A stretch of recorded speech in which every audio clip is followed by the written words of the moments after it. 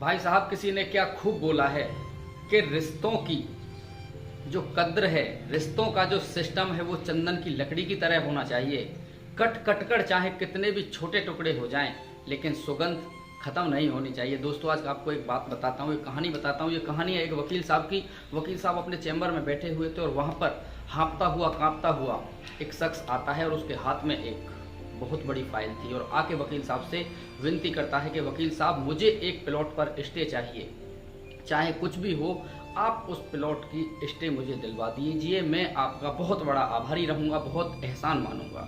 वकील साहब बोले बैठिए। वकील साहब ने पंखा चलाया, एसी चलाया, उनको पानी पिलवाया और बोले कि आप थोड़ा इत्मीनान से बैठिए, पानी पीजिए, फिर आपकी समस्या को सुना जाएगा। वकील साहब ने उनको पानी पिलवाया और आश्वासन दिया कि ठीक है, आपका काम हो जाएगा, आप 2-3 दिन के बाद में आइए, आपकी जो फाइल है मैं आपको स्टडी करके पढ़ के मैं बता दूंगा कि करना क्या है। वो आदमी वहाँ से चला जाता है। वकील साहब अच्छी तरीके से उन बातों का अध्ययन करते हैं, पढ़ते हैं। 4 दिन के बाद में वो आदमी फिर आता है, उसका मुंह लटका हुआ रहता है, उदास रहता है और चैम्बर में वहीं पर पानी पी लेता है और आराम से तसल्ली से फिर वकील साहब की बात सुनने के लिए बैठ जाता है। वकील साहब उससे बोलते हैं कि भाई साहब, आपका एक भाई था और आपकी एक बहन थी, आपकी हालत ज़्यादा मजबूत नहीं थी, आप गरीब ही थे। एक बार आपके भाई की बहुत ज़्यादा तबीयत खराब हो जाती है, उसको बैल चोट मार देता है, लहूलुहान हो जाती है उसकी बॉडी। आप उसको कंधे पर रखकर 5 किलोमीटर एक अस्पताल होता है, वहाँ पर जाकर इलाज करवाते हो। एक बार भाई के किडनी में प्रॉब्लम आ जाती है, डॉक्टर बोलते हैं इसकी किडनी को ट्रांसप्लांट करना पड़ेगा, तो आपने अपनी एक किडनी भी अपने भाई को दान कर दी और अच्छा उसको पढ़ा रहे थे। आप अपने भैया से बोलते थे कि भैया, तू सही तरीके से पढ़ और तुझको एक बहुत बड़ा अफसर बनना है, और तू बीमार रहेगा, तेरा शरीर कमज़ोर रहेगा तो फिर तू कैसा अफसर बन पाएगा। इसलिए आपने अपनी किडनी भी दान में दे दी। अपने भैया को पढ़ाने के लिए एक इंस्टीट्यूट में उसका एडमिशन करवाया, वहाँ पर 80,000 रुपये प्रति महीना के प्रति वर्ष के हिसाब से उसका फीस का सिस्टम था, आपने वो भी सब अरेंजमेंट किया, अच्छा पढ़ाया, डिग्रियाँ दिलवाई, अच्छे स्कूल में उसको पढ़ाया और आपका भैया आगे चलकर एक बहुत बड़ा काबिल आदमी बन जाता है।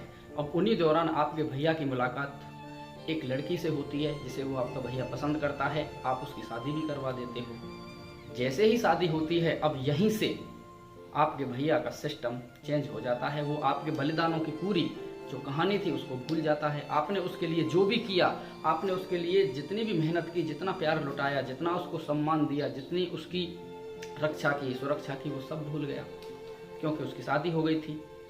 आपके लिए पैसे भेजने बंद कर दिए, घर आना बंद कर दिया, गांव आना छोड़ दिया।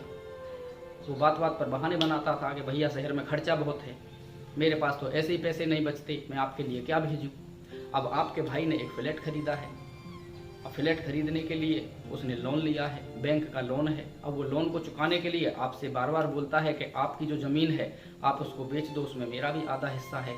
अब आप सोचते हो कि आपने तो कभी जीवन में हिस्से जैसी कोई बात ही नहीं सोची, क्योंकि आप अपने भाई के लिए हमेशा वो सब किया है शायद कोई नहीं कर सकता। वकील साहब, क्या ये बात सही है?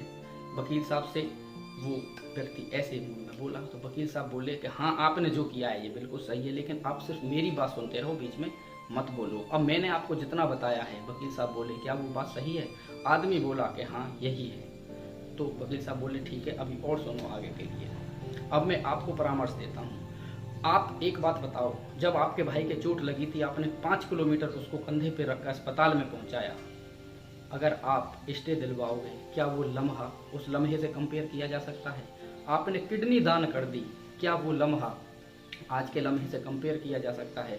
आपको मैं विश्वास दिलाता हूँ, आश्वासन दिलाता हूँ कि मैं आपकी स्टे दिलवा दूंगा, मैं उस काम को रुकवा दूंगा और मैं उस तरीके से भी कुछ ऐसा इंतजाम कर दूंगा कि जो आपके भाई ने प्रॉपर्टी खरीदी है उसमें भी आपका आधा हिस्सा मैं आपको दिलवा दूंगा। लेकिन आप एक बात सोचो, ठंडे दिमाग से सोचो कि आपने जो बलिदान दिए हैं, आपने जो त्याग किया है, क्या वो इन सब के सामने बराबर रहेगा? मेरी आपसे एक सलाह है, आपका भाई पढ़ लिख कर ज़्यादा ऊंचा आदमी बन गया, लेकिन सोच से गरीब रह गया, सोच से भिखारी बन गया। आपने सदैव मदद की, आपने सदैव उसकी रक्षा की और सुरक्षा की। मैं तो सिर्फ आपसे इतनी ही कहता हूँ कि आप इस कोर्ट कचहरी के चक्कर में मत पड़ो। आप देवता आदमी हो, आप अपने बच्चों पर ध्यान लगाओ, उनकी शिक्षा पर ध्यान लगाओ, आप यहाँ से ऐसे ही वापस चले जाओ। इस बात को सुनकर उस व्यक्ति की आंखों में आंसू आ रहे थे जब वकील साहब बोल रहे थे। वो व्यक्ति वहाँ से चुपचाप उठकर अपना जो फाइल वाइल था उसको सबको लेके चला जाता है। वकील साहब को लगता है कि शायद वो व्यक्ति नाराज हो गया और मुझसे अब वो काम करवाएगा नहीं, कोई दूसरा वकील करेगा और केस लड़ेगा और स्टे लेकर आ जाएगा। खैर कुछ दिन तक ऐसे ही सब नॉर्मल रहा, कोई खबर नहीं थी। फिर कुछ सालों के बाद अचानक वही व्यक्ति सफ़ेद कपड़े पहनकर, उसके चेहरे पर एक नया तेज था और एक लड़का भी उसके साथ में था और बैग हाथ में लटका हुआ था, वकील साहब के चैम्बर पर आता है।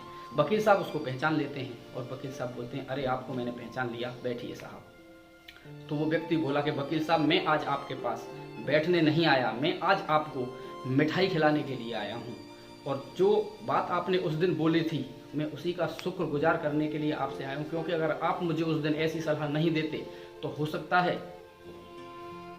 कि मैं केस करने के चक्कर में लग जाता, मैं अपने भाई से केस करने के लिए लड़ जाता, पैसे बर्बाद कर देता। लेकिन मैंने आपकी बात को सुना और समझा, मैंने बच्चों को पढ़ाया लिखाया और मेरा बच्चा आज पढ़ लिख कर एक अच्छा डॉक्टर बन गया और गांव में एक छोटा सा अस्पताल भी खोल दिया है। आज उसी की खुशी बांटने के लिए आपके पास में आया हूं, क्योंकि आप उस खुशी के पहले हकदार हो, आप उस खुशी के सबसे बड़े हकदार हो, क्योंकि सलाह आपने मुझे बहुत अच्छी वाली दी थी। दोस्तों, कभी कभी आप अपने जीवन में किसी के लिए बहुत कुछ करते हो, लेकिन वो व्यक्ति बदले में आपका दिल दुखाता है, आपको बुरा भला बोलता है, तो आप उसको उसके हाल पर छोड़ दो, क्योंकि वो सोच से गरीब है, वो सोच से भिखारी है। जब आपने सदैव उसकी मदद की है, आपने सदैव अपनी छत्र छाया उसके ऊपर बना कर रखी है, तो आप उसे उसके हाल पर छोड़ दीजिए और आप अपने काम में लग जाइए, क्योंकि कोर्ट कचहरी का चक्कर, लड़ाई झगड़े का चक्कर एक शरीफ इंसान के लिए नहीं होता है। उम्मीद करता हूँ कि आज की वीडियो आपको बहुत ज़्यादा अच्छी लगी होगी, तो वीडियो को लाइक कर देना और हमारे चैनल को सब्सक्राइब कर देना। आपको ऐसी ही मोटिवेशन और एजुकेशन से रिलेटेड वीडियो हमारे चैनल पर हमेशा मिलती रहेंगी। दोस्तों, वीडियो के अंत में फिर एक बार वही बात, इस जिंदगी में कर दिखाइए कुछ ऐसा कि आपका बेटा बनना चाहे आपके जैसा। धन्यवाद। जय हिंद, जय भारत।